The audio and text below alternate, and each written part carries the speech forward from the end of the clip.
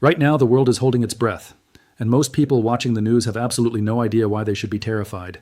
A ceasefire between the United States, Israel, and Iran just dropped 2 weeks of pause, and every anchor on television is treating it like a victory lap. But here's the truth nobody is saying out loud. This ceasefire might not be an ending at all. It might be the quietest, most dangerous beginning we have seen in an entire generation. Stay with me, because what I am about to show you changes everything. To understand this moment, you cannot start from today. You have to go back.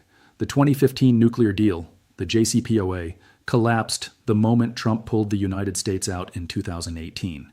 From that point forward, Iran and America circled each other the way two fighters do when they both know the bell is about to ring. Talks collapsed. Tensions climbed. And then in June of 2025, the United States and Israel fought what the world now calls the 12-Day War, American bombers striking Iranian nuclear facilities before a ceasefire landed on June 24th, mediated by the United States and Qatar. The world exhaled that time too, and told itself the crisis was over. It was not. Nobody expected January 2026. Iranian security forces turned on their own citizens during the largest protest movement the country had seen since the 1979 Islamic Revolution, killing tens of thousands of people in the streets. Trump's response came fast. The largest American military buildup in the Middle East since the 2003 invasion of Iraq. By mid-February, the United States and Iran were sitting across a negotiating table again, indirect nuclear talks running through Oman. The Omani foreign minister publicly said real progress was being made. Trump called it something he was not thrilled with, and then the talks dissolved completely. Because the decision, it turned out, had already been made somewhere else. February 28, 2026. At 6:35 in the morning UTC, U.S. Central Command announced airstrikes against Iran, nearly 900 of them compressed into 12 hours. The Americans named their operation Epic Fury. The Israelis named theirs Roaring Lion. Together they threw B-2 stealth bombers, B-1 Lancers, B-52 Stratofortresses, Tomahawk cruise missiles, and HIMARS launchers at a country that had been under sanctions for 45 years. 9 minutes after the American strikes began, Israeli jets launched what they described as decapitation strikes. Ali Khamenei, 86 years old, supreme leader of Iran since 1989, died at his compound, alongside his daughter, his son-in-law, his grandchild, and his daughter-in-law. 40 days of national mourning followed. Khamenei was not the only one. The Iranian defense minister died in those strikes, the IRGC commander, the Defense Council Secretary, 4 top Ministry of Intelligence officials. 7 senior Iranian security leaders confirmed dead before the day was out. And somewhere in the south of Iran, near Bandar Abbas, a girls' school took a hit that killed approximately 170 people. The American and Israeli explanation was that the school sat adjacent to a military base and that a misfired air defense missile caused the strike. Iran called it deliberate. By evening, the Iranian Red Crescent reported 201 dead and 747 wounded across 24 provinces, and Iran's retaliation was already in the air. Drones and ballistic missiles heading toward Israel, toward American bases in Bahrain, Jordan, Kuwait, Qatar, Saudi Arabia, and the UAE, a drone connecting to Britain's Akrotiri base in Cyprus, missiles getting shot down over Turkey. 3 American service members died that day, the first U.S. casualties of the conflict, and the war had fully, irreversibly begun. What most people sitting at home missed completely was the Strait of Hormuz, a waterway just 33 kilometers wide at its narrowest point, through which flows roughly 20% of the entire world's oil supply every single day. Iran shut it down, and the numbers tell the story bluntly. 2 days before the war started, the national average for a gallon of regular gas sat at $2.98. By April 2026, that number had cleared $4 per gallon for the first time since August 2022, a nearly 39% spike in roughly 5 weeks. Crude oil surged past $100 a barrel. Japan's prime minister warned publicly that a closed strait would drain his country's oil supply within 8 to 9 months, collapsing the Japanese economy with it. India pulls 60% of its oil from that region, China 40%. None of this is a Middle Eastern problem in isolation. It lands in your gas tank, your grocery bill, your heating costs, whether you have ever looked at a map of the Persian Gulf or not. Replacing Khamenei turned out to be the part that should have worried everyone most. Iran's assembly of experts named Mojtaba Khamenei, the dead leader's son, 56 years old, as the new supreme leader. Trump called him an unacceptable choice almost immediately. What analysts noted was the detail that truly mattered. Mojtaba ran close to the Revolutionary Guard. He carried a reputation for being even more hostile toward the United States than his father. His opening declaration as supreme leader was to keep the Strait of Hormuz closed. This was not a softer Iran emerging from the wreckage of its old leadership. This was a harder one. By early April, the toll of the conflict had accumulated into numbers that demand your attention. Iran had fired more than 5,000 drones, over 2,000 ballistic missiles, and more than 50 cruise missiles.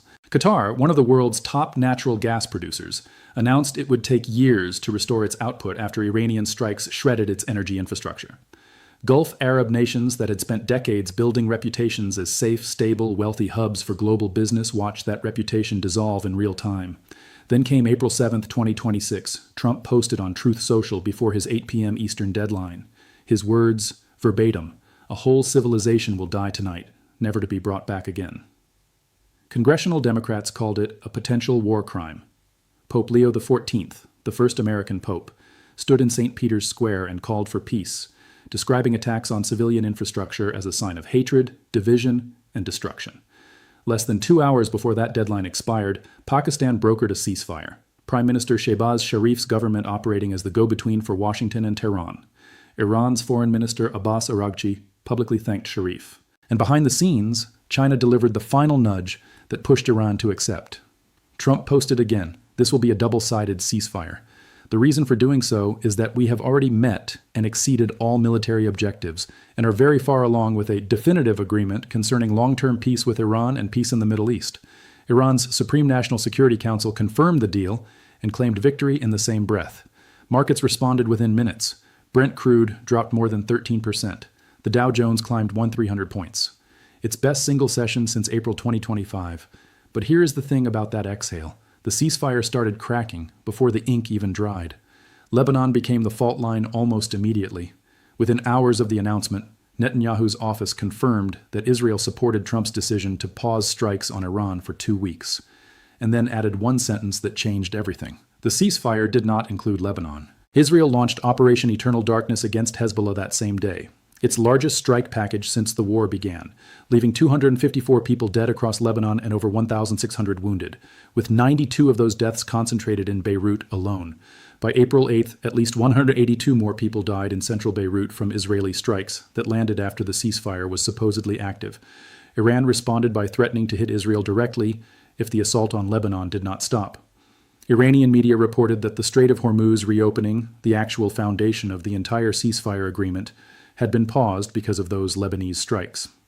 Pakistan's Shehbaz Sharif, the man who built this deal, publicly condemned the violations and urged every party to exercise restraint. And Iran's Supreme National Security Council put out a statement that deserves to be heard clearly. "Our hands are on the trigger, and the moment the enemy makes the slightest mistake, it will be met with full force." Underneath all of that sits the nuclear question, unresolved and immovable. All of Iran's highly enriched uranium remained inside the country, likely entombed at the enrichment sites American bombers struck during the 12-day war the previous June.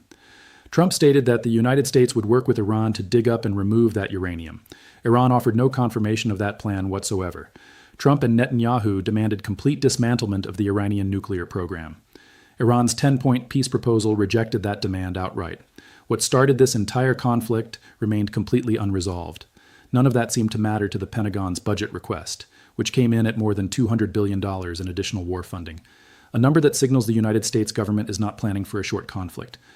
Director of National Intelligence Tulsi Gabbard told the Senate that Iran's conventional military capabilities have largely been destroyed, and then added the part that most headlines buried: the regime appears intact. Here is what this war has cost the people who had the least say in it. Across Lebanon, more than 600 people have died and over 1 million have been displaced. More than 1/6 of the country's entire population uprooted. The IMF's chief warned that every 10% increase in energy prices over 2026 is expected to push global inflation up by nearly 0.5%. That means your costs climb, whether the missiles land near you or not. 2 weeks. That is the window. This ceasefire opened 2 weeks for two sides that each declare total victory to sit down and negotiate something permanent, with a new Iranian supreme leader more hostile than the last, with Lebanon actively burning despite the agreement, with the Strait of Hormuz reopening hanging by a thread, and with a $200 billion Pentagon funding request quietly suggesting that someone in Washington has already planned for what comes next. UN Secretary General Antonio Guterres urged both sides to respect the ceasefire and expressed hope it would be extended. The world is watching. And the question was never really whether the ceasefire would hold. The real question is, what does the world look like when it does not?